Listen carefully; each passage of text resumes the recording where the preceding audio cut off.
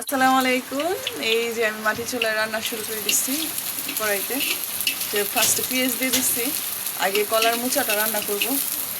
এটা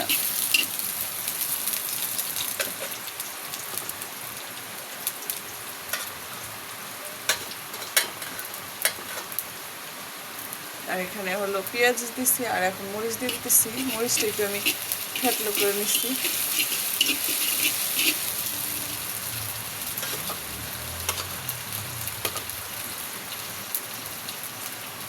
আদা রসুন দিয়ে দিলাম।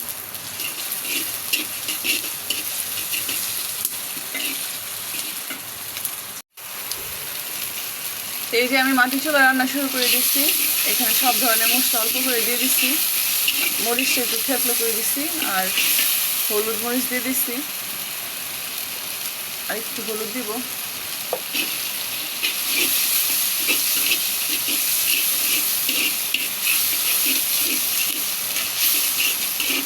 আগে কলার মোচাটা রান্না করব, এটা প্রিপারেশন নিচ্ছি।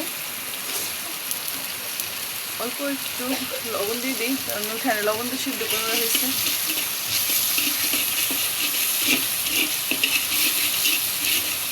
একটু পানি দিয়ে কষাই নেব,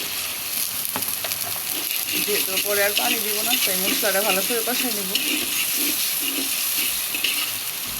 মশলাটা যত ভালো করে কষানো হবে ততই ভালো লাগে তরকারি।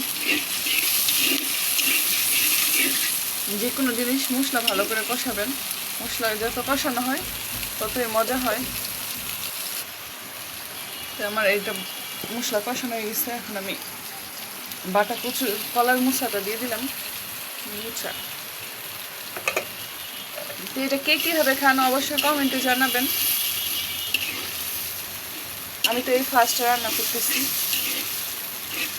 জানি না কীরকম হবে।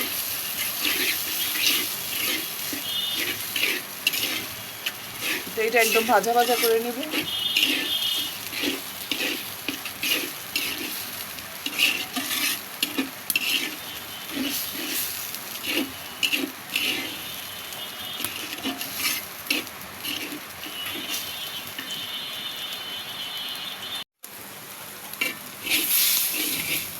তো আমি কয়টা কাঁচামরিচ অ্যাড করে দিচ্ছি, দিয়ে এখন একটু ভাজা ভাজা করে দেবো।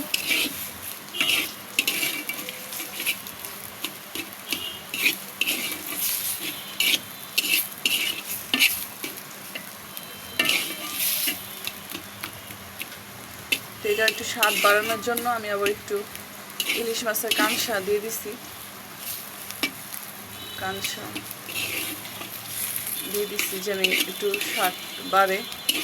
আমি জানি না কীরকম হবে, যেহেতু আমি কখনো খাই নাই, আমি শিওর না এটা কীরকম হবে, কিন্তু একটু মজা যেন বেশি হয় এর জন্য একটু ইলিশ মাছের কাঁকড়া এগুলো অ্যাড করে দিচ্ছি। তো এই যে আমার এটা হয়ে গেছে, এখন নামাই ফেলবো, একদম ভাজা হয়ে গেছে।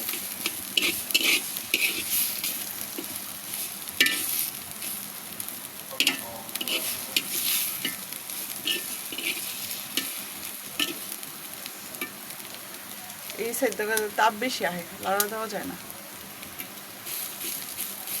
এখন এটা নামাই ফেলবো। তো এই যে এটা আমার রান্না কমপ্লিট, একদম পরে খাইয়ে রিভিউ দিব কেমন হয়েছে নিজেরটা নিজেই। তো দেখতে থাকেন। আল্লাহ হাফেজ।